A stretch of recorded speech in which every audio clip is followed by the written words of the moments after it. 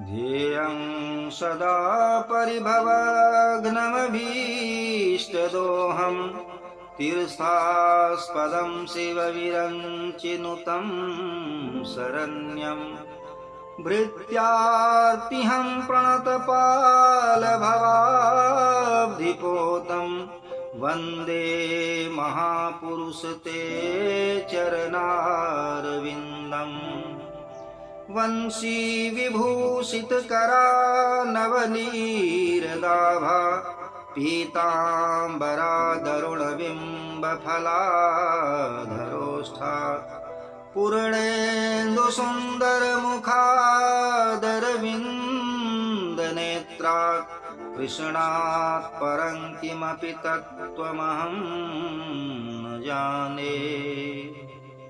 नारायणं नमस्कृत्यं नरं चैव नरोत्तमं देवीं सरस्वतीं व्यास ततो जयमुदीरयेत्। कृष्णात्पदीयपदपङ्कजपञ्जरान्तम् अद्यैव वेविशतु मानसराजहंस। प्राणप्रयाणसमये कफवातपित्तः कण्ठावरोधनविधौ स्मरणं कुतस्ते। अज्ञानतिमिरान्धस्य ज्ञानाञ्जनशलाकया चक्षुरुन्मीलितं येन तस्मै श्रीगुरवे नमः। जय जय श्री राधारमण जय जय नवल किशोर जय गोपी चितचोर प्रभु जय जय माखन चोर।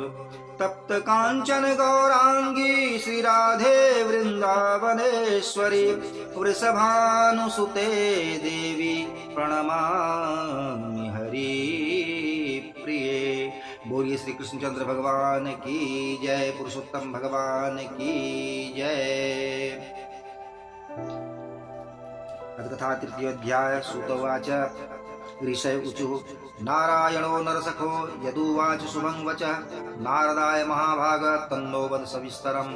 सूत उवाच नारायण वचो रम्यं श्रूयतां द्विषत्तमा अदुक्तं नारदायैतत् प्रवक्ष्यामि यथा श्रुतं। श्रीनारायण उवाच शृणु नारद प्रवक्ष्यामि यदुक्तं हरिणापुरा राज्ञे युधिष्ठिराय एवं श्रीकृष्णेन महात्मना। एकदा धार्मिको राजा जातशत्रुर्युधिष्ठिरः द्यूते पराजितो दुष्टैर्धार्तराष्ट्रैश्छलप्रियः।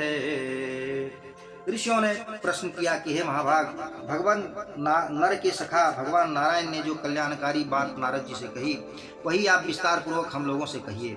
सूत जी ने कहा कि हे द्विजराजो, भगवान नारायण ने जो कल्याणकारी बात नारद जी से कही थी उसे जैसा मैंने सुन रखा है उसी प्रकार आप लोगों को बता रहा हूँ, आप लोग सुनिए।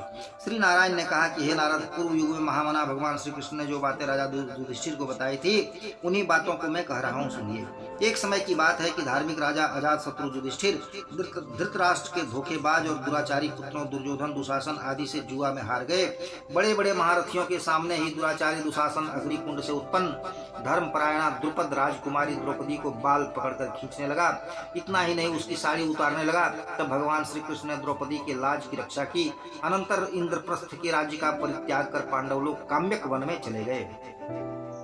वहां जंगली फलों को खाकर पांडव लोग अपना समय बड़े कष्ट में बिताने लगे।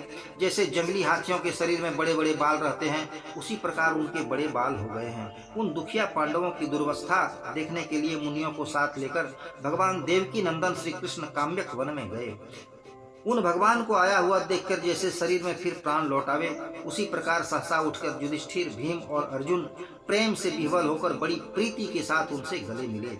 अनंतर नकुल और सहदेव ने भी श्री कृष्ण जी के चरण कमलों में भक्ति पूर्वक नवाया। द्रौपदी ने भी कमजोरी के कारण धीरे धीरे चलकर वहां आकर आलस्य का परित्याग कर भगवान को झटपट प्रणाम किया। भगवान श्री कृष्ण ने देखा कि पांडव लोग बड़े कष्ट में पड़े हुए हैं।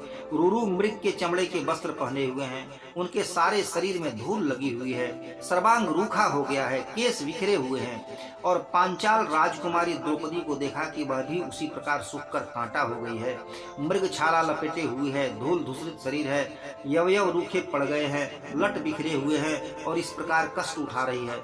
पांडवों पर इतना विपत्ति का पहाड़ टूट पड़ा है तो श्री कृष्ण जी को महान कष्ट हुआ। भगवान अपने भक्तों पर दया करते हैं। अपने भक्त पांडवों की दुरावस्था देखकर उन्होंने धृतराष्ट्र के समस्त पुत्रों को भस्म कर देने की इच्छा की। वे विश्व के आत्मा कुपित हो गए, उनकी भौहें टेढ़ी हो गई, आंखें तिरछी चढ़ गई, करोड़ों महाकाल की तरह उनका मुख विकराल हो गया, मुखमंडल के प्रलय काल की अग्नि के समान लपट निकलने की अवस्था हो गई। उन्होंने होठों को दांतों से कसकर दबा लिया और ऐसा प्रतीत होने लगा कि वे तीनों लोकों को जलाकर भस्म कर देंगे। जिस प्रकार सीता जी के वियोग से संतप्त होकर भगवान श्री रामचंद्र जी को रावण के ऊपर महान क्रोध आया था, उसी तरह भगवान श्री कृष्ण जी का भी स्वरूप हो गया। भगवान के इस विकराल रूप को देखकर अर्जुन थरथर कांपने लगे। वे उठकर शीघ्र ही दोनों हाथों को जोड़कर डरते डरते श्री कृष्ण जी की स्तुति करने लगे। धर्मराज, युधिष्ठिर, भीम, द्रौपदी और अन्य व्यक्तियों ने भी अर्जुन के इस कार्य का अनुमोदन किया। अर्जुन ने कहा कि हे कृष्ण, हे नाथ, हे समस्त विश्वों के नाथ, मैं संसार से बाहर नहीं हूँ। हे प्रभु, आप ही समस्त संसार के एकमात्र रक्षक हैं। क्या मेरी रक्षा नहीं करेंगे? जिनके दृष्टिपात करने मात्र से ही ब्रह्मा का पतन हो जाता है, उनके कोप करने का क्या परिणाम होगा यह कौन जान सकता है? हे तात, हे जगन्नाथ, हे संहारकर्ता, अपने क्रोध को समाप्त कर डालिए। आप जैसे लीला पुरुषोत्तमों के कुपित होने पर विश्व का प्रलय हो जाता है। आप समस्त तत्वों के ज्ञाता हैं, आप अखिल कारणों के भी कारण हैं। आप ही निखिल वेदों और वेदांगों के बीज के भी बीज स्वरूप हैं। श्री कृष्ण हैं, षोडश कला परिपूर्ण भगवान हैं। मैं आपकी वंदना करता हूँ। आप ईश्वर हैं। इस संपूर्ण चराचर जगत की आपने ही सृष्टि की है। आप समस्त मंगलों के मांगल्य हैं, बीज स्वरूप हैं, सनातन हैं। सो आप कैसे एक व्यक्ति के अपराध करने पर अपने द्वारा निर्माण किए हुए विश्व का नाश करेंगे? ऐसा कौन होगा जो मच्छरों को भस्म करने के लिए अपने समूचे घर को जला डालेगा? श्री नारायण ने कहा कि श्री कृष्ण जी के इस प्रकार निवेदन करके शत्रुओं की वीरता को मिट्टी में मिलाने वाले अर्जुन ने भगवान जनार्दन को हाथ जोड़कर प्रणाम किया। सूत जी ने कहा कि इस वाक्य से श्री कृष्ण जी अपने कोप को छोड़कर तुरंत चंद्रमा की भांति शांत हो गए। भगवान को इस प्रकार शांत हुए देख सब पांडव लोगों की चिंता जाती रही। फिर प्रीति के कारण उनके मुख खिल उठे। सबने प्रेम विह्वल हो उन्हें प्रणाम किया और वन में मिलने वाले कंद मूल और फल आदि से श्री कृष्ण की पूजा की। श्री नारायण ने कहा कि अनंतर सबके रक्षक भक्तों पर कृपा करने वाले श्री कृष्ण जी को प्रसन्न हुआ जानकर बड़े भारी प्रेम में सराबोर हो सिर झुकाकर दोनों हाथ जोड़कर अर्जुन ने बारंबार फिर प्रणाम किया और भगवान से उन्हीं प्रश्नों के संबंध में पूछा जिन प्रश्नों को आपने हमसे पूछा है। अर्जुन के इस प्रकार के प्रश्नों को सुनकर भगवान श्री कृष्ण ने मुहूर्त भर के लिए मन में विचार किया। फिर अपने अनन्य मित्र पांडवों और पतिव्रता पांचाली राजपुत्री द्रौपदी को ढाढ़स बंधाया। अनंतर धारावाही वक्तृता देने वाले में अग्रगण्य श्री कृष्ण जी पांडवों के कल्याणकारी वाक्य बोले। श्री कृष्ण जी ने कहा कि हे महाराज, हे सौभाग्यशाली, हे शत्रुओं के लिए भयंकर, अब मेरा उत्तर सुनिए। आपने ऐसा अपूर्व प्रश्न किया है जिसका उत्तर देने में मैं समर्थ नहीं हो रहा हूँ।